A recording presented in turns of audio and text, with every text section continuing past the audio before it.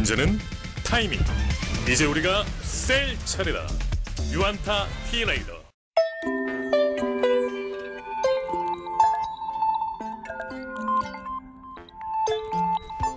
네, 안녕하세요. 바쁜 삶 속에서 놓치기 쉬운 이슈들을 정리해드리는 시간 유안타 투데이 유투입니다. 최근 인플레이션에 대한 우려가 화두가 되고 있는 가운데 한국은행이 기준금리 인상을 시사하면서 증시의 분위기가 많이 바뀌고 있습니다. 그렇다면 이러한 금리 상승의 소외를 기대할 수 있으면서도 저평가된 업종이 무엇이 있을지 투자자분들이 많은 관심을 갖고 계실 것 같습니다.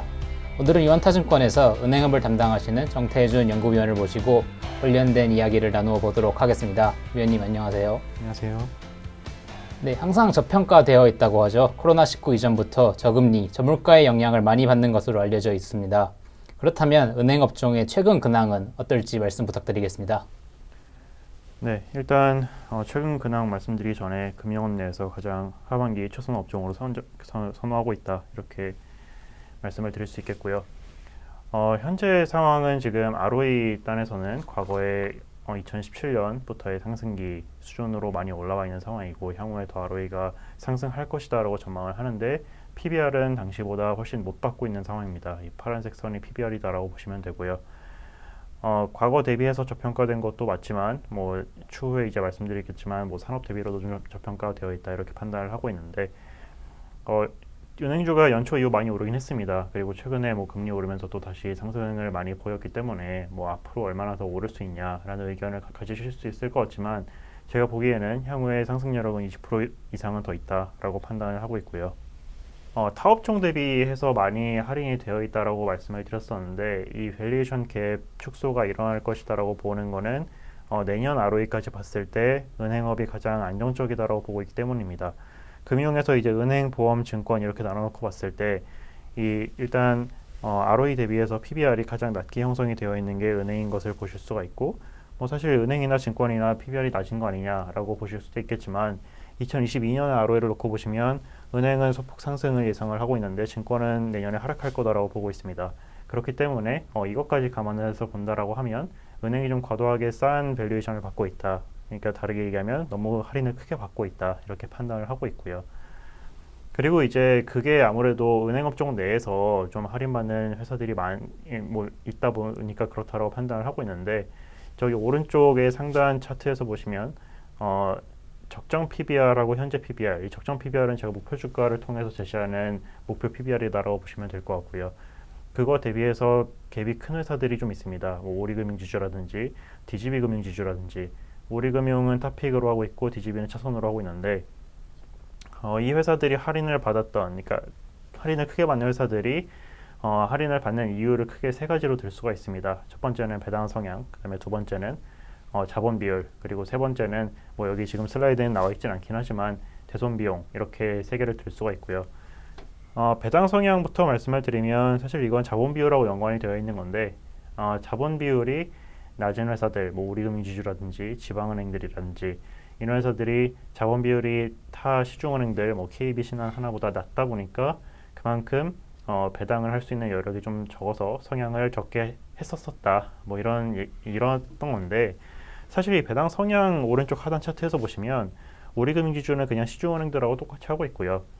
역시 시중은행이기도 하고, 그 다음에 이제 DGB금융지주도 지방은행 중에서는 가장 많이 하고 있습니다. 거의 시중은행에 비슷한 수준까지 이렇게 올라올 거다라고 보고 있고, 자본 비율도 여기 지금 차트는 안 나와 있긴 하지만 우리금융지주가 연내에 내부등급법이 완전히 승인이 된다라고 하면 그만큼 이제 또 한 11% 이렇게 최저 요구 비율을 넘는 수준까지 상승을 할 것이다라고 판단을 하고 있고, 그 다음에 이제 우리가 다른 시중은행들보다 좀 더 부족한 면이 아무래도 비은행 자회사일 텐데, 그 비은행 자회사 포트폴리오도 자본 비율이 상승을 하면 또 많이 갖춰올 수 있다, 이렇게 판단을 하고 있습니다. DGB금융 다시 말씀을 드리면 지방은행 내에서 비은행 자회사 포트폴리오 제일 잘 돼 있고 자본 비율 제일 높습니다. 그리고 사실 비교를 해본다라고 하면 거의 이제 우리나 기업 수준까지 많이 이렇게 올라와 있는 상황이기 때문에 그런 면에 있어서 DGB도 좀 할인을 많이 받고 있다, 이렇게 판단을 하고요. 그래서 이 은행업 자체가 싸고, 그래서 KBC나 하나 같은 다른 데보다 좀 더 밸류에이션을 많이 받는 회사들도 업사이드가 크다라고 보고 있지만, 거기에 그 내에서 더 할인을 많이 받고 있었던 우리나 DGB 같은 데도 업사이드가 훨씬 클 수 있다 이렇게 판단을 하고 있습니다. 네, 그 다음에 대손 비용 아까 잠깐 지나가면서 말씀을 드렸었는데 지방은행들이 좀 대체로 대손 비용이 높았던 경우가 있습니다. 대손 비용이라고 하면 뭐 그 대출로부터 발생하는 부실에 대한 비용이다라고 보시면 될 것 같은데 일부 그 작년에 코로나 관련 선제적 충당금을 모든 은행들이 다 선제적으로 많이 쌓았기 때문에 이번 1분기 실적에서 보시면 다들 역대급으로 좋은 자산 건전성을 보이고 있고 시중은행과 지방은행의 차이가 그렇게 크지 않습니다. 그렇기 때문에 역시 이 기존에 할인을 많이 받고 있었던 은행들이 좀 더 리레이팅이 될 수 있는 그런 요소가 되고 있다 이렇게 보고 있습니다. 네, 은행업이 지속적으로 ROE를 개선을 할 수 있다고 말씀해 주셨는데 구체적으로 어떻게 개선이 되는지 설명 부탁드리겠습니다. 예, 이건 이제 하반기 전망에 대한 내용인데요. 일단 순영업 수익 이건 이제 매출이라고 보시면 되고요. 왼쪽 상단에 있는 차트 이건 이제 순영업 수익에서 중요한 거는 사실 이자 이익입니다. 물론 뭐 비이자 이익이 이자이익 떨어질 때 방어를 하는 건 맞지만 사실 그러니까 금융지주의 메인이 은행이다 보니까 그 이자 이익이 올라와줘야 되고 이게 이렇게 지속적으로 상승을 할 거다라고 보는 거는 오른쪽 상단 차트에 있는 NIM과 대출 성장률 때문인데요. NIM은 순이자 마진이라고 해서 기업 그냥 제조업으로 치면 프라이스라고 보시면 됩니다. 그리고 대출 성장률은 그 Q에 해당이 되는 거고 근데 대출 성장률은 하락을 점진적으로 하는 것처럼 보이지만 그럼에도 불구하고 양수를 띠고 있기 때문에 대출이 계속 성장을 한다라는 의미이고 NIM이 금리랑 동행을 하는 경향이 있습니다.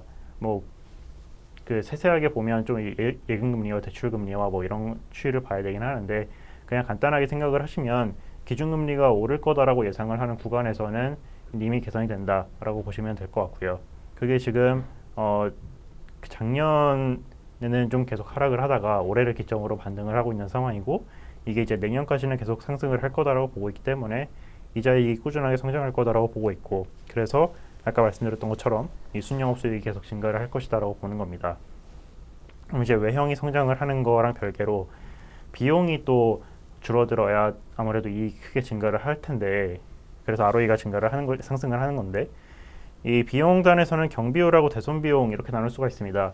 네, 경비율은 이제 순영업 수익분의 판관비 이렇게 계산을 하는데요.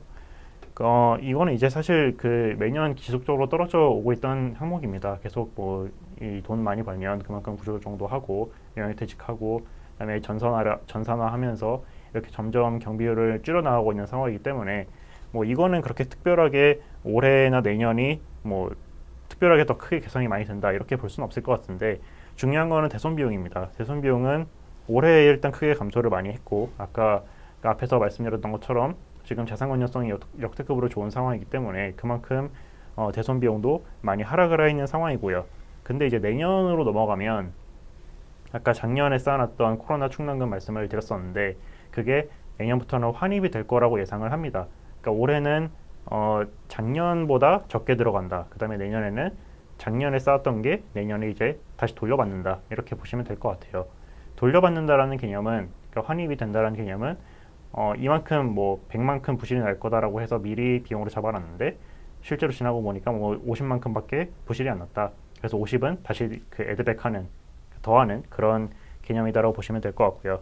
그래서 뭐 결론적으로는 내년까지 봤을 때 순영업 수익 계속 늘어나고 그 다음에 대손 비용 계속 빠지고 해서 이익과 ROE가 동반 상승할 것이다. 이렇게 본다. 이렇게 보시면 될 것 같습니다. 네, 오늘은 은행업의 근황과 향후 전망에 대해서 알아보았습니다. 모두가 인플레이션을 걱정하는 때에 국내 은행 업종에 대한 정보가 투자자들에게 도움이 되셨기 바랍니다. 그럼 오늘 유한타 투데이는 이것으로 마치겠습니다. 우리 모두 부자가 되는 그날까지 유튜는 함께 하겠습니다. 감사합니다. 문제는 타이밍. 이제 우리가 셀 차례다. 셀 타이밍을 알려주는 유한타 T레이더. 잘 파는 게 투자다. 유한타 증권. T레이더 유한타 T레이더 투자 타이밍은 T레이더